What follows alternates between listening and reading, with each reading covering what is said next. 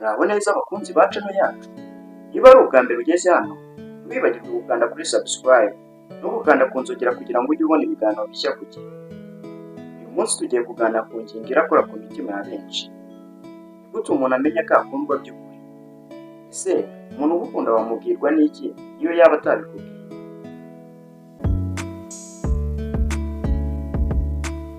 Hari abantu benshi bavuga amagambo meza y'urukundo, ariko ibikorwa byabo ntibihure n'ayo magambo. Hari n'abandi badakunda kuvuga cyane, ariko ibikorwa byabo bikerekana urukundo nyakuri. Uyu munsi turarebera hamwe ibintu 15 bikomeye bishobora kukwereka ko umuntu agukunda by'ukuri, atari urukundo rw'inyungu cyangwa urw'igihe gito. Niba hari ikintu muri ibi ngibi ujya ubona kuri uwo muntu, reka muri comment uti nanjye ndabibona. Dutangire. Ikintu cya mbere kigaragaza urukundo nyakuri ni igihe. Amafaranga ashobora kongera kuboneka, ariko igihe cyatakaye ntigisubira ngo cyongere kigaruke. Iyo umuntu ahora ashaka kukubona, kuvugana nawe, ukumva no kumarana nawe umwanya, nubwo yaba ahuze cyane, ugomba kumenya ko hari umwanya ufite munini mu mutima we. Umuntu ushobora kugukunda by'ukuri ntazahora aguha impamvu zo kutaboneka. Ashobora kuba ahuze, ariko azashaka uburyo bwo kukugezaho ijambo cyangwa kukwereka ko akwitayeho. Ikintu cya kabiri, yita ku byiyumviro byawe. Iyo umuntu agukunda by'ukuri, ntabwo aba ashaka kukubabaza. Yabonye ubabaye nawe biramubabaza. Iyo wishimye nawe arishimye. Ntashobora kwicara ngo akubwire amagambo agukomeretsa cyangwa se yangiza umutima wawe, kandi azi neza ko bikubabaza. Agerageza kumenya ko umeze neza no kumenya niba hari ikikubangamiye. Icya gatatu, arakubaha. Urukundo rudafite icyubahiro ntabwo ruba ari urukundo rwuzuye. Umuntu ugukunda by'ukuri yubaha ibitekerezo byawe, yubaha ibitekerezo mutavugaho rumwe, yubaha umuryango wawe, yubaha inzozi zawe. Nta kwitwaza ngo aragukunda kugira ngo agusuzugure cyangwa kugenzure. Ikintu cya kane, akubwiza ukuri. Hari abantu benshi babeshya ngo badatakaza uwo bakunda, ariko umuntu ugukunda by'ukuri ahitamo ukuri aho guhitamo ikinyoma. Ashobora kukubwira kidakunezeza, ariko akakubwira ko ashaka ko mwubaka umubano ushingiye ku kuri. Urukundo rw'ukuri ntirwubakirwa ku mayeri. Ikintu cya gatanu, arakumva. Abantu benshi bumva kugira ngo basubize, ariko umuntu ugukunda by'ukuri yumva kugira ngo akumenye. Iyo umubwiye ikibazo cyawe ntahita aguca mu ijambo, atega amatwi ashaka kumenya icyo urimo kunyuramo. Ibyo ni ibimenyetso bikomeye by'urukundo. Icya gatandatu, yifuza ko utera imbere. Ntabwo akwishimira ko uguma aho uri, ntabwo ajya yishimira yuko uguma aho uri. Ashaka kuba umuntu mwiza kurushaho. Agutera imbaraga zo kwiga, agutera imbaraga zo gukora, akagutera imbaraga zo gukora, akagutera imbaraga zo gukurikirana inzozi zawe. Ntabwo agirira ishyari intsinzi yawe, ahubwo ayifata nk'intsinzi ye. Icya karindwi, arakubabarira. Nta muntu utagira amakosa. Iyo umuntu ugukunda by'ukuri amenye ko nawe uri umuntu, iyo wakoze ikosa ntahita ashaka kuguhana cyangwa kukureka. Ashaka kubanza kumva impamvu.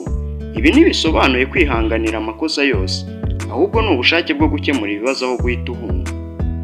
Ikintu cya munani, arakurwanirira. Iyo umuntu agukunda by'ukuri ntakunda kukubona usebya cyangwa urenganya. Iyo hari abantu bakuvuga nabi bitari byo kuri wowe, araguharagararira. Ntabwo akwihakana ngo yemerwe n'abandi. Aba ashaka ko icyubahiro cyawe kiguma gihagaze.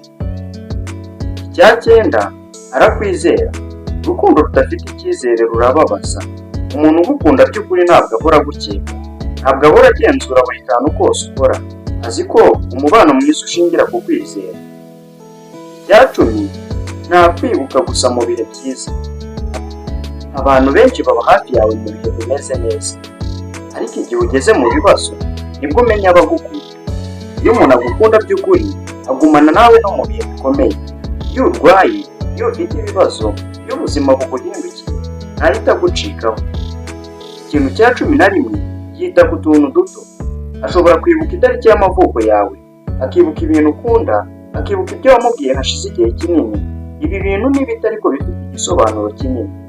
Icya 12, akubakira icyizere. Iyo muri kumwe wumva ufite amahoro, ntahora agutera ubwoba, ntahora akubeshya, ntahora agutenguha. Iyo uri kumwe nawe wumva umutima wawe utuje. Icya 13, umwanya wo kuba uwo uriwe. Ntashaka kuguhindura umuntu utari we. yemera imico yawe myiza n'intege nke zawe, ashaka ko utera imbere ariko ntashaka kugukuramo kamere yawe. 14. Ashyira umubano wanyu mu by'ingenzi. Nubwo yaba afite inshuti nyinshi cyangwa akazi kenshi, ahora ashaka uburyo bwo kwita ku mubano wanyu. Ntabwo umubano wanyu ari ikintu yibuka gusa ari uko abuze ikindi akora. 15. Aragukunda no mu gihe udatunganye. Iki ni cyo kimenyetso gikomeye kurusha ibindi byose. Iyo umuntu agukunda kubera ubwiza bwawe, amafaranga yawe, cyangwa se ibindi byo ufite gusa, urwo rukundo rushobora kurangira. Ariko umuntu ugukunda by'ukuri, aragukunda, azi amakosa yawe, azi intege nke zawe, azi aho wakomerekeye, ariko agahitamo kugumana nawe. Icyo ni cyo urukundo rw'ukuri. Bakunzi bacu, urukundo ni nyakuri ntirupimwa mu magambo gusa, rupimirwa mu bikorwa. Niba hari umuntu ukwereka byinshi muri ibi bimenyetso 15 twavuze uyu munsi, birashoboka cyane ko urukundo agukunda ari urw'ukuri. Ariko nanone wibuke ko urukundo rwiza rugomba kuba impande zombi. Ntibihagije gukundwa gusa, ahubwo nawe ugomba kwiga gukunda mu buryo nyabwo. Mbere yo gusoza, tubwire muri komenti ni ikihe kimenyetso wabonye ko ari cyo gikomeye kurusha ibindi. Niba wakunze iki kiganiro, kanda like, share na subscribe. Murakoze cyane kubana natwe.